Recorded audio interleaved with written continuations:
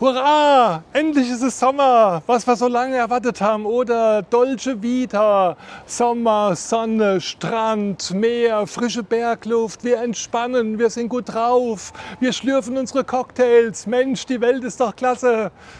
Aber irgendwie nimmt man sich selber ja auch überall hin mit, ne? Ist ja wirklich auffallend, wie viele Menschen auch in der schönsten Zeit des Jahres, in der Ferienzeit, sozusagen psychisch an den Rand ihrer Kraft kommen. Einfach weil so viel auf uns lastet, einfach weil wir so vieles nicht loswerden. Es gibt keine Zeit, in der Depressionen, Angststörungen, psychische Zwangszustände immer wieder mehr werden, als gerade in diesen vermeintlich freien Zeiten, denn wir nehmen uns ja überall hin mit. Ich kann da auch ein Lied davon singen, dass ich eigentlich manchmal gar nicht so gut drauf bin, wie es die Jahreszeit suggeriert. Inzwischen nimmt man nicht nur seine Midlife-Crisis, sondern auch seine Quarter-Life-Crisis. Man kommt ja eigentlich von der einen Krise nur noch in die andere.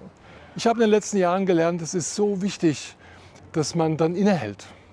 Und das ist mein Tipp für euch, für uns alle. Wenn ihr wieder mal merkt, dass die Schwermut kommt und dass ihr euch fragt, was soll das Ganze, was ist eigentlich der Sinn von allem, dann haltet doch mal inne. Atmet tief aus und durch.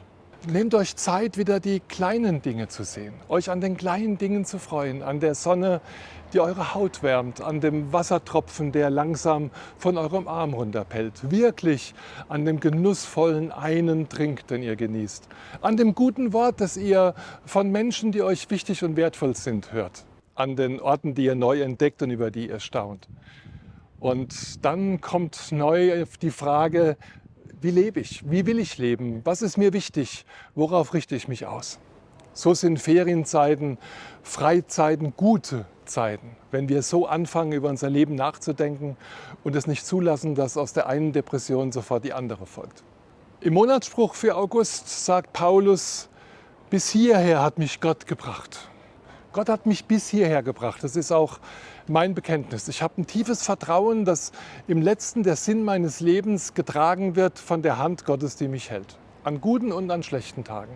Das hilft mir mit meiner Schwermut, mit meiner Sommerdepression, damit, wenn ich merke, dass ich mich selbst ja mitnehme, umzugehen. Das wünsche ich euch auch. Vertrauen, dass Gott euch hält und dass er euch führt. In sonnigen Zeiten und an gewittrigen Regentagen. Gesegneten Sommer wünsche ich euch.